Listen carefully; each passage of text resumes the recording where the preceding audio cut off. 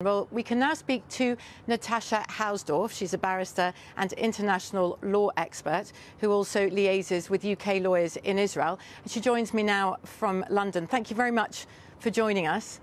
Good morning, Katya. First of all, in this situation, good morning, this very tense situation, people are looking for glimmers of hope. One of those being the arrival of the first trucks of aid, another, the release of two of the hostages currently held inside Gaza. A reminder, we're 2 weeks on today from a massacre inside Israel, 1,400 people killed. The number of hostages taken into Gaza has been updated by Israel today to 210. That's in addition to the two who were released overnight. I was just wondering if I could ask you, from a legal perspective, how do governments go about trying to negotiate the release of these hostages?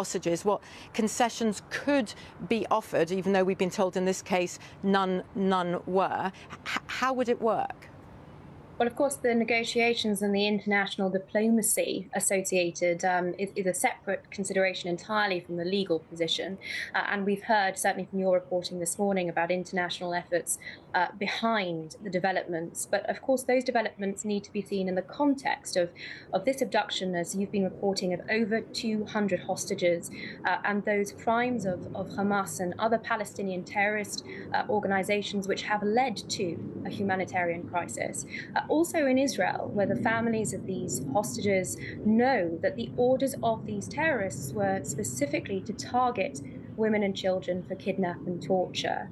The international law aspects of this are, of course, extremely important, and myths about Israel's conduct, about international law, have been playing a significant role in this crisis and in the coverage of it. And perhaps I can be clear that from an international law perspective, Israel does not only have the right to a robust response, but under the Convention on the Prevention and the Punishment of Genocide, the crime of genocide, it also has an affirmative obligation, like the rest of the signatories to that convention, to make sure that never again means never again.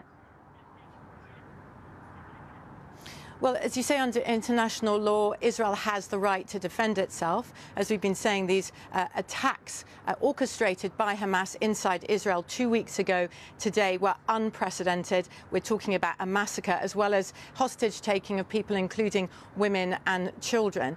Also under international law, though, as well as the right to defend yourself as a party, there are also rules of war and engagement. So it's not that you can't defend yourself, it's how you defend yourself in the situation. In this case, how Israel defends itself.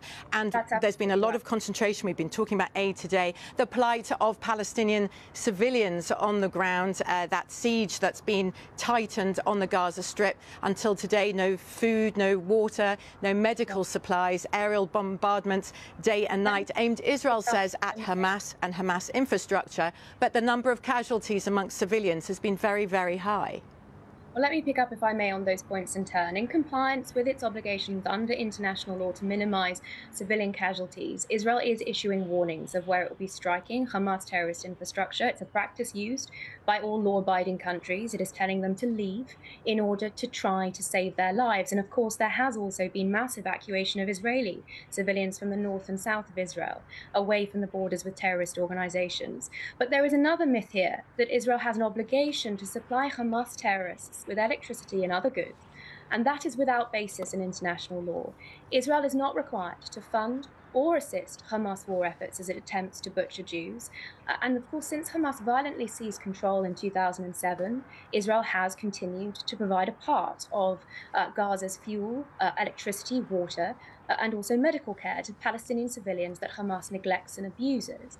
That isn't viable during a military campaign where Hamas exploits these transfers, stealing supplies and penetrating humanitarian organizations to mask its terror operations and to launder funds. And Hamas uses the electricity grid in Gaza to continue to fire missiles onto Israeli civilians. That firing has continued in the course of the last hour and your broadcasts. And of course, some of these rockets from Gaza fall short, as we saw with the Al Ali hospital car park. In the case of Palestinian Islamic Jihad, a third of the rockets fired in the last exchange of theirs fell short, killing many Gazan civilians. But I must stress in relation to your question, there is no requirement to provide resources. International law only requires that Israel facilitate the passage of food and medicine by third parties if such goods can be reliably delivered without diversion to Hamas. And we know that is not the case because Hamas controls Gaza. And in fact, the basic rules outlined by the Geneva and the Hague Conventions are that sieges are lawful unless they are deliberately aimed at starving the local population. The IDF has been repeatedly clear about its objectives: defeating Hamas, establishing a new reality in Gaza where Israel doesn't face a genocidal terror organization that has the will or capability to attack Israeli civilians, and rescuing the hostages. And if governments and international organizations... And Natasha Hausdorff, if I could just interrupt you there. Sorry, just a moment, Natasha Hausdorff. Sorry to interrupt you, but you've made a number of points very clearly from your perspective.